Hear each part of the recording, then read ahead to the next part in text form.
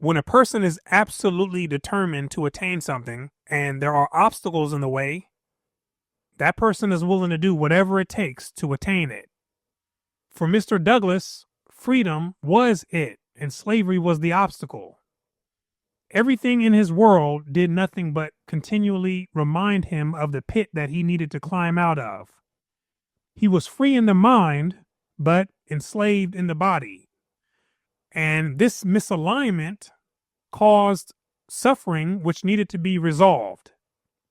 Everything in his life reminded him of the position that he held in the pits of slavery. And one of the more frequent reminders was his earnings from his hard labor handed over to his master. In his 1855 autobiography, My Bondage and My Freedom, he tells us that this practice from week to week of openly robbing me of all my earnings kept the nature and character of slavery constantly before me. I could be robbed by indirection, but this was too open and barefaced to be endured.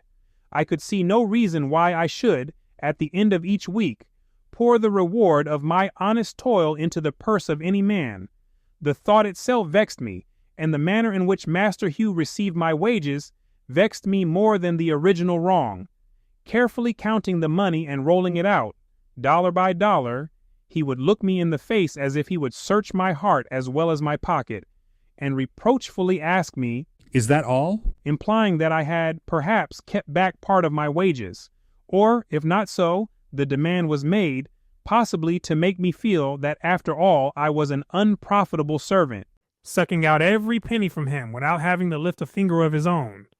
Mr. Douglass says that Hugh would occasionally break him off with a small piece of his earnings in an occasion to make him feel grateful. But what this did was the opposite. It made him feel like he was being robbed. This may have worked for other slaves, but not someone like Mr. Douglass. He says, "My discontent grew upon me, and I was on the lookout for means of escape. With money, I could easily have managed the matter, and therefore I hit upon the plan of soliciting the privilege of hiring my time. It is quite common, in Baltimore, to allow slaves this privilege, and it is the practice also in New Orleans. A slave who is considered trustworthy can, by paying his master a definite sum regularly at the end of each week, dispose of his time as he likes." The key here is a slave that is trustworthy or a low risk of running away. In certain circumstances, the master would allow them to hire themselves out, bring the master a certain amount of money, and have limited control over their spare time. This is a deal that Mr. Douglass wanted to propose because he sees this as an opportunity to use his spare time to earn additional money and ultimately use it to escape. Once master of my own time, I felt sure that I could make, over and above my obligation to him, $1 or $2 every week. Some slaves have made enough in this way to purchase their freedom. It is a sharp spur to industry, and some of the most enterprising colored men in Baltimore hire themselves in this way. This route was only for the extremely dedicated and hardworking slaves, because you have to work full time for the master's cut, and then you have to work additional hours for your own piece of change. Then you have to be disciplined enough to save the little earnings over enough time to spend it on freedom or escaping, not on whiskey and jewelry and other things that don't move a person towards the goal. And only the most determined and disciplined of the slaves could get the freedom through this route. So this is what was proposed to Master Hugh, but on these grounds. After mature reflection, as I must suppose it was Master Hugh granted me the privilege in question, on the following terms: I was to be allowed all my time, to make all bargains for work, to find my own employment and to collect my own wages, and in return for this liberty, I was required or obliged to pay him $3 at the end of each week, and to board and clothe myself and buy my own caulking tools. A failure in any of these particulars would put an end to my privilege. This was a hard bargain. The wear and tear of clothing, the losing and breaking of tools, and the expense of board made it necessary for me to earn at least $6 per week to keep even with the world. He had to find work for himself, collect the money, pay for his own place to stay, pay for his own tools, and pay Master Hugh $3 on top of that. And this was a hard task because his basic expenses were already $6. And with the additional $3 to Master Hugh, this means that he needed to earn $9 a week just to break even. But this is what was required if he wanted the liberty to earn extra money for himself and escape. But more important than the money was this experience would teach him the skills of independence before he attained freedom, since he would already be acting in the capacity of a free person. This is one of the keys he understood while proposing this deal.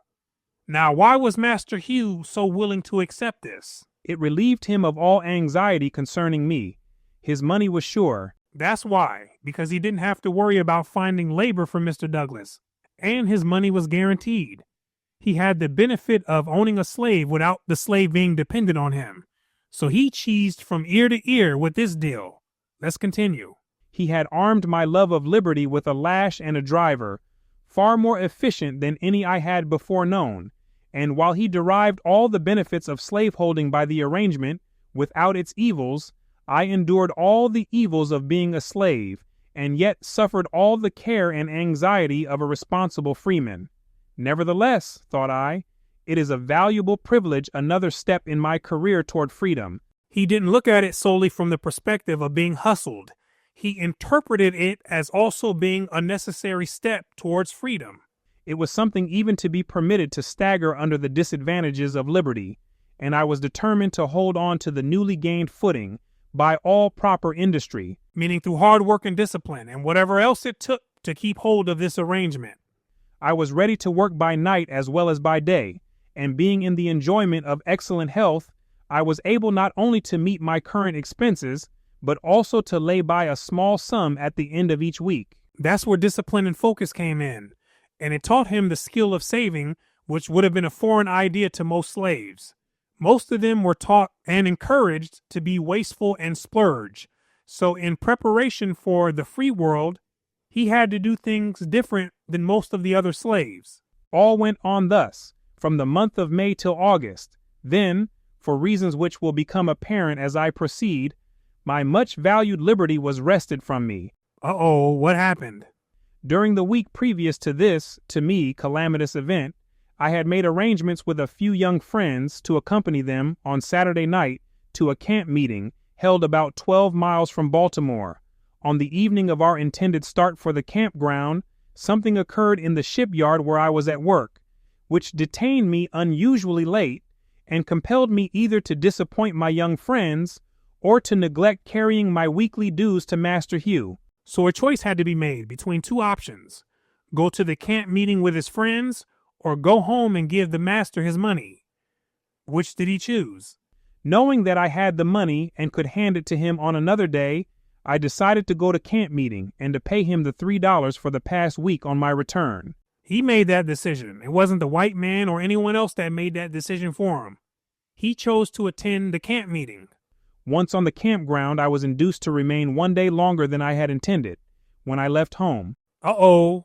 But as soon as I returned, I went straight to his house on Fell Street to hand him my money. And what happened? Unhappily, the fatal mistake had been committed. I found him exceedingly angry.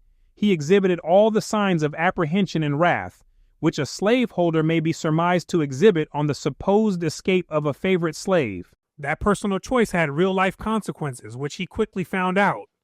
Hugh was hot, and this is what he told him. "You rascal, I have a great mind to give you a severe whipping. How dare you go out of the city without first asking and obtaining my permission?" Mr. Douglass believed that the deal was just to bring him the money and that was it. He says that he did not know that he had to tell him where he was going. And Hugh told him, "You did not know? You rascal! You are bound to show yourself here every Saturday night." Which he skipped this week. And as a result, all those privileges to hire himself out had been revoked. He was no longer able to experience that limited freedom due to this personal choice. Master Hugh thought next that he might be planning to run away because he got a little too carried away with that limited freedom. So he told him to grab his tools, go and get his clothes, and bring his 20-year-old behind back home. And that's exactly what Mr. Douglass did. He says, "Punished thus by Master Hugh, It was now my turn to punish him. Since, thought I, you will make a slave of me, I will await your orders in all things. And instead of going to look for work on Monday morning as I had formerly done, I remained at home during the entire week, without the performance of a single stroke of work. Saturday night came, and he called upon me, as usual, for my wages. I, of course, told him I had done no work and had no wages. You told him you didn't have any wages? And what happened? Here we were at the point of coming to blows. His wrath had been accumulating during the whole week, for he evidently saw that I was making no effort to get work, but was most aggravatingly awaiting his orders in all things. Feet and fingers were about to start flying in the big house. That's the last thing Hugh wanted to hear, was that Mr. Douglass did not have his money. As I look back to this behavior of mine, I scarcely know what possessed me thus to trifle with those who had such unlimited power to bless or to blast me. Master Hugh raved and swore his determination to get hold of me, but wisely for him, and happily for me, his wrath only employed those very harmless, impalpable missiles which roll from a limber tongue. In my desperation I had fully made up my mind to measure strength with Master Hugh, in case he should undertake to execute his threats. I am glad there was no necessity for this, for resistance to him could not have ended so happily for me as it did in the case of Covey. He was not a man to be safely resisted by a slave, and I freely own that in my conduct toward him, in this instance, there was more folly than wisdom. He realized if he would have put fingers or feet on Hugh, he would have not gotten away clean like he did with Covey. Master Hugh closed his reproofs by telling me that, hereafter, I need give myself no uneasiness about getting work, that he would himself see to getting work for me, and enough of it at that. This threat, I confess, had some terror in it, and on thinking the matter over during the Sunday, I resolved not only to save him the trouble of getting me work, but that upon the 3rd day of September I would attempt to make my escape from slavery. Here we go, it's action time. The refusal to allow me to hire my time, therefore, hastened the period of flight. I had 3 weeks now in which to prepare for my journey. He was going to run away regardless, but this turn of events made the running have to happen sooner. But he had to be smooth about it. He had to use his mind more so than purely emotions in this case. So what he did, instead of waiting for Master Hugh to go and find work for him that Monday morning, he took it upon himself to get up early and go and find work for himself, which he easily found. And by the end of the week, I brought Master Hugh nearly $9. That was jackpot money back then. Remember, Hugh only asked for $3, but Mr. Douglass returned with $9 to butter him up. He says, "The effect of this mark of returning good sense on my part was excellent. He was very much pleased. He took the money, commended me, and told me I might have done the same thing the week before. It is a blessed thing that the tyrant may not always know the thoughts and purposes of his victim. Master Hugh little knew what my plans were. The going to camp meeting without asking his permission, the insolent answers made to his reproaches, the sulky deportment the week after being deprived of the privilege of hiring my time, had awakened in him the suspicion that I might be cherishing disloyal purposes. My object, therefore, in working steadily, was to remove suspicion, and in this I succeeded admirably." You see that? Outplaying him in his own game. This is wisdom that we're witnessing from Mr. Douglass. Observe this. He probably thought I was never better satisfied with my condition than at the very time I was planning my escape. The 2nd week passed, and again I carried him my full week's wages, $9, turning Master Hugh into a Popeye's biscuit, all types of butter on him. And so well pleased was he that he gave me 25 cents and bade me make good use of it. I told him I would, for one of the uses to which I meant to put it was to pay my fare on the Underground Railroad. Uh-oh. Things without went on as usual, but I was passing through the same internal excitement and anxiety which I had experienced 2 years and a half before, when he first tried to escape with his crew. The failure in that instance was not calculated to increase my confidence in the success of this, my second attempt, and I knew that a second failure could not leave me where my first did. I must either get to the far north or be sent to the far south. He's either going far north to freedom or to the dreaded South where they pick cotton and work outside all day in the hot sun. Listen to this.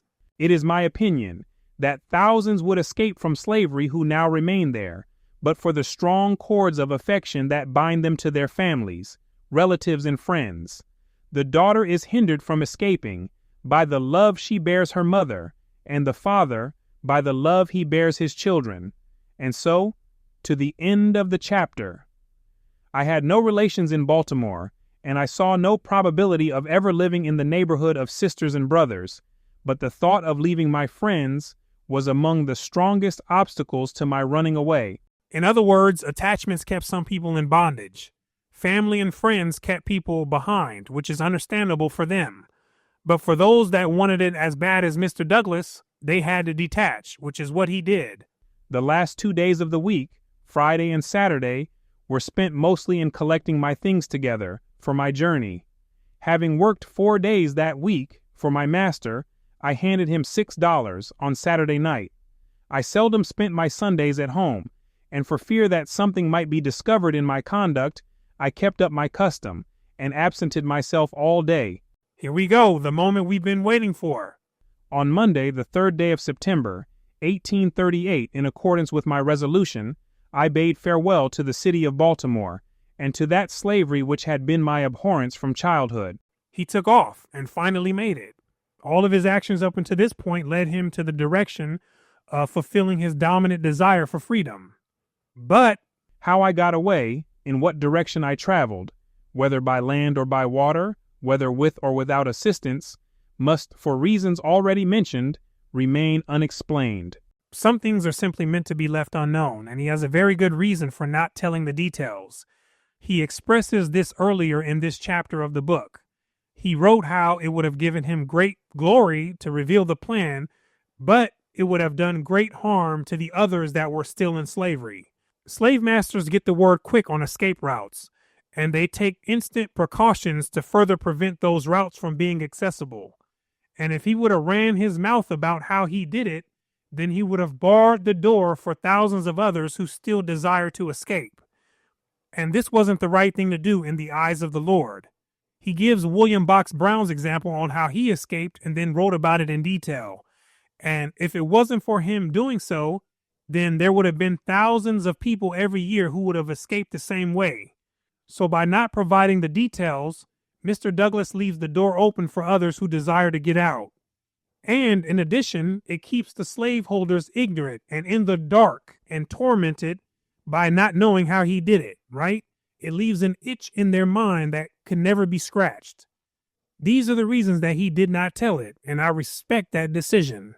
Now, after he escaped, he eventually became a great speaker, a leading abolitionist, and a major contributor to freeing the other slaves.